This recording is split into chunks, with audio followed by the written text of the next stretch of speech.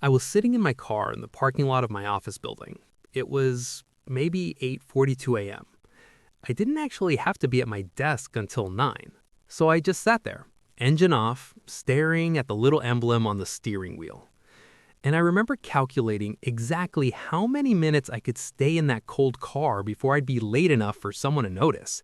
Like if I walk in at 9:04, I can blame traffic. If I walk in at 9:08, I have to look slightly panicked and mention a weird detour. I just, I didn't want to open the door. It wasn't even that I had a horrible boss or that the work was somehow torturous. It was just heavy. The thought of walking into that fluorescent lit building, logging into the same computer, opening the same email client, and pretending to care about the same arbitrary metrics for another 8 hours, it felt like trying to breathe underwater. And then the guilt kicks in, right? Because you sit there and you think, I shouldn't feel like this. This is a good job. People would kill for this salary. I have health insurance. What is wrong with me? But you're tired. And I don't mean the kind of tired where you just need a nap. It's not a lack of sleep. I mean, you can sleep for 10 hours on a Saturday, wake up, and still feel like you've been hit by a truck. Because, well, your body isn't tired. Your tolerance for the life you're living is just completely depleted. Your soul is tired. But here's the trap. Here is the exact thing that keeps us stuck in that car, staring at the steering wheel for years. You're exhausted by the 9 to 5, so you want out. But to get out, you need to figure out what to do next. And figuring out what to do next requires energy. Energy that your 9 to 5 is currently draining from you every single day. It's this brutal, infinite loop. You come home at 6 p.m., you tell yourself, okay, tonight I'm going to update my resume. Tonight I'm going to research that certification. I'm going to figure out my passion. But then you walk through the door, you take your shoes off, and you just deflate. You skip the workout you planned because going to the gym feels like climbing Everest. You heat up something frozen, and you end up on the couch. And then the doom scrolling starts. You're on Instagram or TikTok at 11 p.m., and you're watching these people. You know the ones, living in converted vans, waking up in the mountains, making pour-over coffee while looking at a pine tree. Or the people who quit their corporate jobs to sell handmade candles, and they're making like 40 grand a month. And you look at them and you just feel this awful mix of intense jealousy and total despair. Because you're comparing your Tuesday afternoon, staring at a spreadsheet that literally no one is ever going to read, to their highlight reel of absolute freedom. And instead of motivating you, it just paralyzes you more. Because you think, I don't know how to build a candle empire. I don't want to live in a van. So what am I supposed to do? I used to think my problem was that I lacked ambition, or that I was just lazy.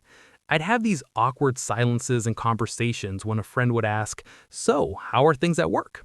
And I just kind of stare at them for a second because what do you say? You don't want to sound like a whiner. You don't want to be the person who constantly complains about their job but never does anything about it. So you just force this tight little smile and say, oh, living the dream. It pays the bills.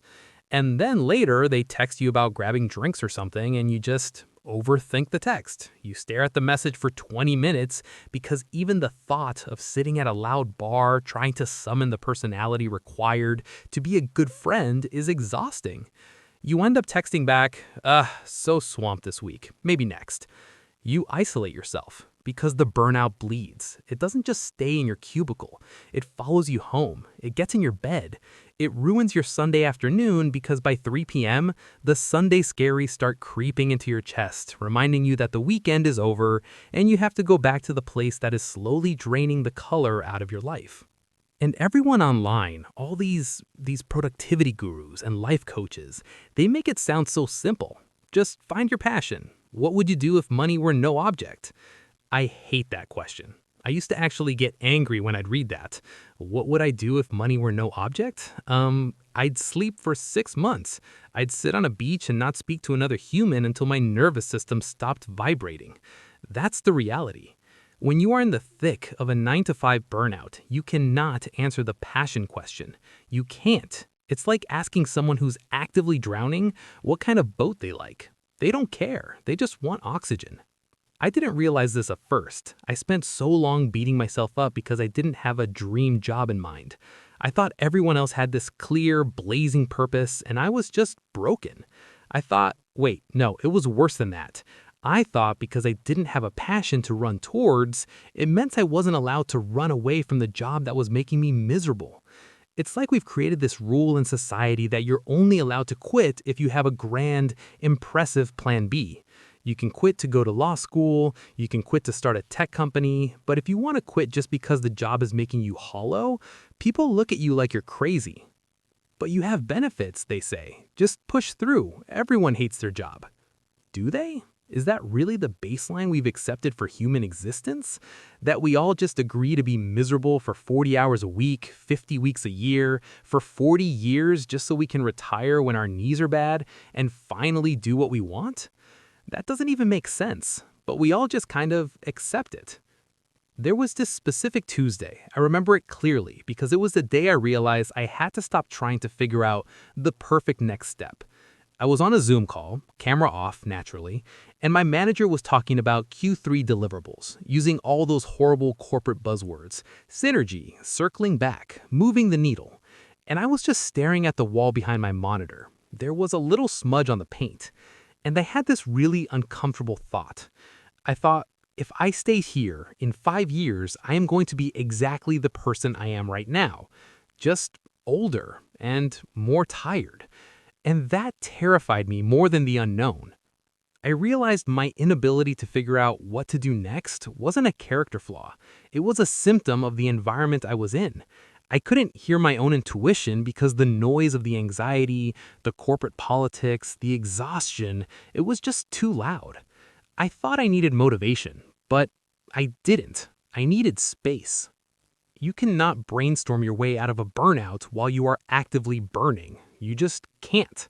So what do you do if you're tired, if you're so deeply tired of the 9 to 5, but the path ahead is just fog? How do you actually move? You have to lower the stakes. I know that sounds counterintuitive. Everything tells us to dream big and take massive action. But when you're completely drained, massive action is impossible. Instead of trying to find the ultimate perfect forever career that will fulfill your soul, what if you just looked for the next right thing? What if the goal wasn't to find your passion, but just to find something that is 10% less soul-crushing? Maybe it's the exact same job, but at a different company that allows remote work, so you get 2 hours of your life back from commuting. Maybe it's a lateral move into a different department where the manager isn't a toxic micromanager. Maybe it's taking a pay cut to work 4 days a week instead of 5, because you realize that time is actually the only currency that matters.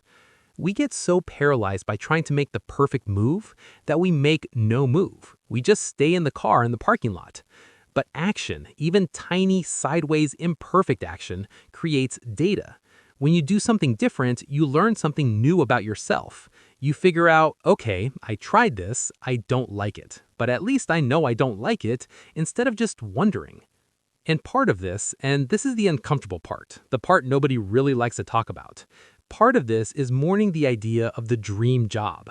We were sold this lie probably somewhere around middle school that if we just worked hard enough, we'd find a career that felt like play. Do what you love and you'll never work a day in your life. What a load of garbage. Work is work. Even if you love it, it has bad days. It has spreadsheets. It has taxes. It has difficult people. When I finally let go of the pressure to find the job that would be the primary source of my happiness and identity, it was like letting out a breath I had been holding for a decade. I started realizing that maybe my job doesn't have to be my passion. Maybe my job just has to fund my life. Maybe my passion is my garden, or writing badly in a journal, or just sitting on my porch without doing anything without feeling guilty about it. You don't have to monetize your joy. You don't have to figure out how to turn the things you love into a hustle. Sometimes the best thing you can do when you don't know what to do is to just stop forcing it. Stop scrolling LinkedIn at 2 a.m. Stop comparing your behind the scenes to some influencer's sunset photo. Start reclaiming your energy, tiny bits at a time. Protect your weekends fiercely. Stop answering emails after 5 p.m. If they want you available 24/7, they can pay you a CEO's salary. Until then, at 5:01, you are a ghost. Use that reclaimed energy not to hustle harder, but to just heal. Take a walk without a podcast playing. Stare at the ceiling. Let your brain be bored for the first time in years. Because it's in that quiet, boring, unoptimized space that the fog finally starts to lift. That's where you start to hear yourself again.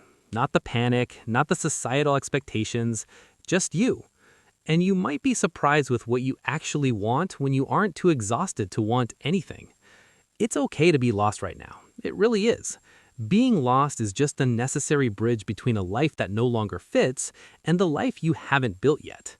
You don't need the whole map. You just need to be brave enough to put the car in drive and pull out of the parking lot. If you stripped away your job title, your salary, and the expectations of everyone around you, who is the person left standing there?